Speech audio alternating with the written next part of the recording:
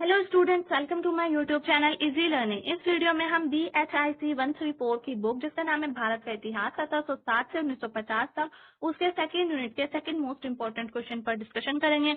तो गाइज, इससे पहले मैं इस यूनिट के फर्स्ट क्वेश्चन की वीडियो अपलोड कर चुकी हूँ एंड फर्स्ट क्वेश्चन की वीडियोज भी फर्स्ट यूनिट की वीडियोज भी अपलोड कर चुकी हूँ। अगर आपने वो नहीं देखी तो प्लीज चैनल की प्लेलिस्ट में वो जाकर देखिए। इस यूनिट के फर्स्ट क्वेश्चन की वीडियो मैं इस वीडियो के डिस्क्रिप्शन में डाल दूंगी, तो आप वो भी इजीली देख सकते हैं।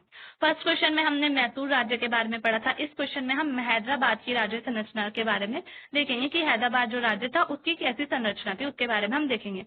और जो हैदराबाद राज्य था वो एक स्वतंत्र राज्य क्यों था, उसके बारे में हम इस क्वेश्चन में डिस्कशन करेंगे। सो गाइस, वीडियो स्टार्ट करने से पहले मैं आपसे कहना चाहती हूँ, अगर आपने मेरे चैनल को सब्सक्राइब नहीं किया है तो प्लीज मेरे चैनल को सब्सक्राइब करें, वीडियो को लाइक करें, शेयर करें एंड कमेंट करके जरूर बताएं आपको वीडियो कैसी लगी। अगर आपको नोट्स चाहिए तो आप व्हाट्सएप पर कॉन्टेक्ट कर सकते हैं। तो चलिए वीडियो स्टार्ट करते हैं। क्वेश्चन है हमारा, हैदराबाद की राज्य संरचना पर टिप्पणी कीजिए, या फिर हैदराबाद एक स्वतंत्र राज्य के रूप में है, उसका विश्लेषण कीजिए। तो इसका आंसर हम स्टार्ट करते हैं। हैदराबाद एक स्वतंत्र राज्य के रूप में, इसमें हमें देखेंगे कि हैदराबाद जो था वो एक स्वतंत्र राज्य था, क्यों था, उस पर हम देखते हैं। हैदराबाद के राज्य तंत्र पर मुगल प्रभाव ज्यादा होने के कारण ये मैसूर के राज्य तंत्र से भिन्न है।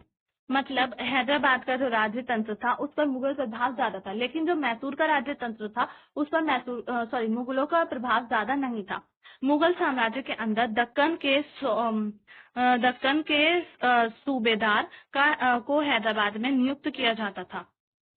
लेकिन मुगल साम्राज्य के पतन के बाद ये प्रणाली संकट में पड़ गई। मतलब पहले जो हैदराबाद राज्य था उसमें मुगल साम्राज्य के ही जो सूबेदार होते थे उन्हीं को नियुक्त किया जाता था दक्कन में, हैदराबाद में। लेकिन जब मुगल साम्राज्य का धीरे धीरे पतन होने लगा था तो ये जो सिस्टम था ये धीरे धीरे खत्म होने लगा था, इसका भी पतन होने लगा था।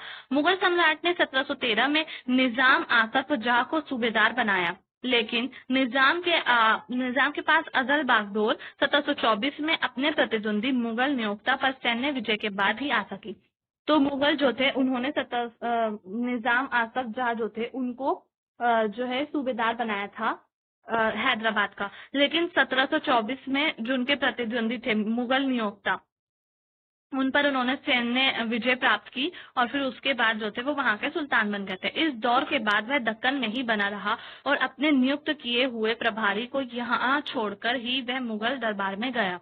उसके बाद निजाम हैदराबाद से मुगल अधिकारियों को हटाकर अपने अधिकारी नियुक्त किए। तो जब निजाम आसफजाह जो थे उनको मुगलों ने बुलाया तो वो उन्होंने अपना एक मिनिस्टर बनाया जिसको वो वहां पर छोड़कर गए, जहां पर उन्होंने जो हैदराबाद राजा था वहां पर उन्होंने जिन लोगों ने मुगल जो थे उन्होंने वहां पर किसी को नियुक्त कर दिया था। अब वो उसको उसको उन्होंने हटाया, सैन्य रूप से हटाया उसको, और फिर उसके बाद अपना एक मिनिस्टर जो था या फिर अपना जो एक अधिकारी था उसको वहां पर जो हैदराबाद की गद्दी थी, राज्य गद्दी थी, उस पर बिठाकर चले गए थे मुगलों के पास। फिर उसके बाद हम देखेंगे, उसके बाद निजाम हैदराबाद से मुगल अधिकारियों को हटाकर अपने अधिकारी नियुक्त किए उसने। फिर उसके बाद जब वो वापस आए मुगलों के दरबार से, तो उन्होंने जितने भी मुगलों के अधिकारी थे उन सबको हटा दिया और अपने अधिकारियों को नियुक्त कर दिया, क्योंकि मुगल साम्राज्य जो था वो पतन की ओर जा रहा था। इसलिए उसने संधि करने, युद्ध करने और मनसब देने के अधिकार भी ले लिए। मुगलों से उतने सारे अधिकार ले लिए थे जिससे मुगल अधिकार खुतबा पढ़ने आदि तक ही सीमित रह गए थे। अब निजाम अली खां के समय तक हैदराबाद में एक किस्म का स्थिर राजनीतिक ढांचा उभर आया था। तो इस तरह से जो हैदराबाद था वो एक स्वतंत्र राज्य होने लगा था और एक स्थिर ढांचा जो था वहां पर बन गया था, स्थिर राजनीतिक ढांचा। फर्स्ट पॉइंट है हमारा युद्ध और सेना। तो वहां की युद्ध और सेना किस तरह की थी? हैदराबाद में भी सेना राजतंत्र का मुख्य अंग थी। कोई भी राज्य जो पावरफुल होता है, सेना उसके लिए बहुत ज्यादा इंपॉर्टेंट हो जाती है, उसका एक महत्वपूर्ण अंग होती है, एक पिलर का काम करती है, उस राज्य का एक पिलर का काम करती है सेना जो होती है। जागीरदारियों को बने रहने देने की नीति अपनाते हुए निजामुल मुल्क ने सामंतों के जरिए राजनीतिक व्यवस्था स्थापित की। तो वहां के जो सामंत थे उनके जरिए निजामुल मुल्क जो थे उन्होंने राजनीतिक व्यवस्था स्थापित की थी। सत्ता तो उनको मिल गई थी, लेकिन जो एक व्यवस्था थी उसको स्थापित किया था उन्होंने। सेनापति और उसके सैनिक अपने निजी नियोक्ताओं द्वारा अधिकार प्राप्त करते थे। अतः हैदराबाद में स्थानीय सरदारों के अधिकारियों को पहले जैसा ही बना रहने दिया गया। तो स्थानीय अधिकारी जो थे वो जैसे पहले थे वैसे ही थे, जबकि मैसूर की स्थिति भिन्न थी। सेना ही मराठा, कर्नाटक के नवाब, मैसूर या अंग्रेजों पर अंकुश लगाने में प्रमुख भूमिका निभाती थी।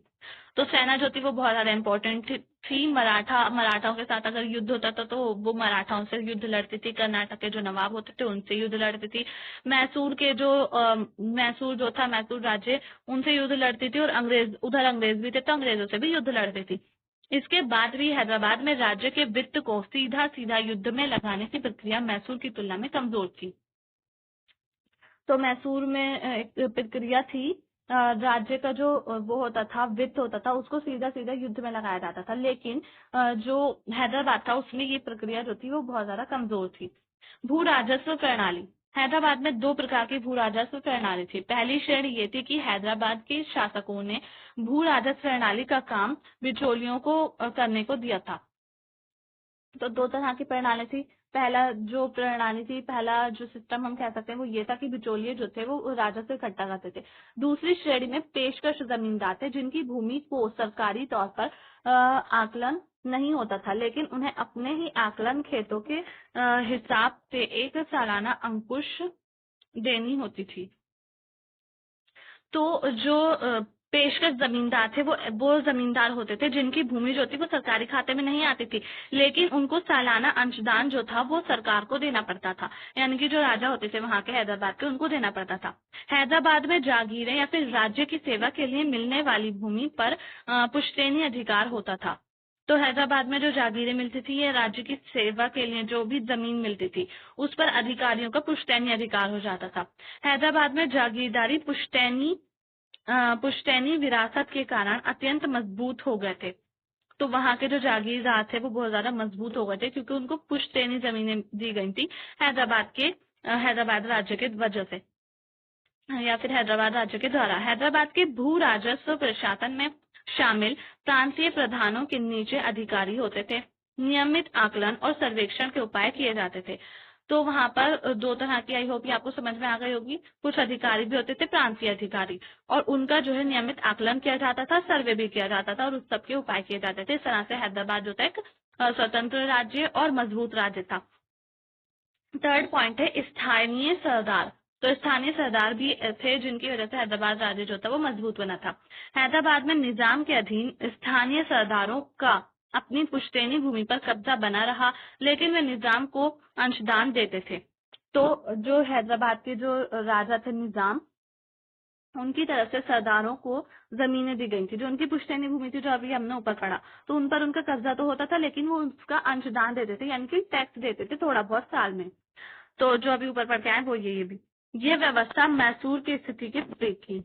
तो ये जो व्यवस्था इन्होंने की थी हैदराबाद में, मैसूर राज्य में ऐसी स्थिति नहीं थी। उन्होंने निजामों और उसके सामंतों जैसे संरक्षकों की भूमिका तो निभाई, लेकिन उन्हें हैदराबाद की राजनीतिक व्यवस्था में भी पूरी तरह शामिल नहीं किया गया, और न ही उनके वकीलों को दूसरे शासकों के साथ संबंध बनाए रखने का अधिकार था।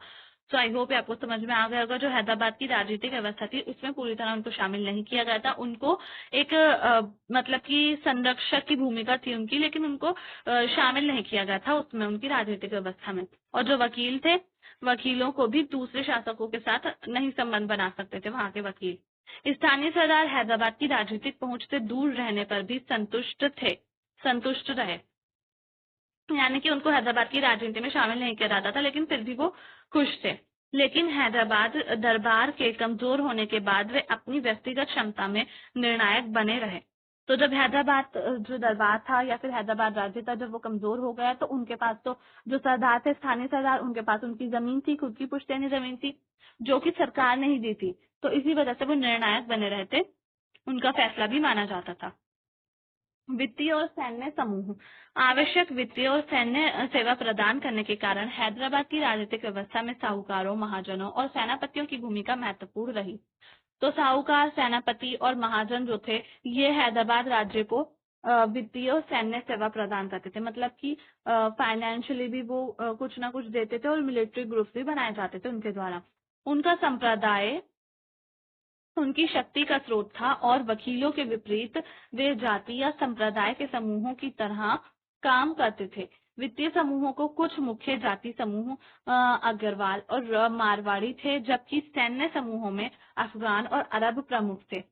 तो आपको समझ में आ गया होगा, वित्तीय समूह जो थे उनमें अग्रवाल थे और मारवाड़ी थे, जो कि हैदराबाद राज्य को कुछ वित्तीय सेवा प्रदान करते थे। जबकि जो सैन्य समूह थे उसमें अफगान आ जाते हैं और अरबी आ जाते हैं। अफगान और अरबी जो थे वो उनको सैन्य सेवाएं प्रदान करते थे, यानी कि सेना में हिस्सा लेते थे और सेना बनाते थे।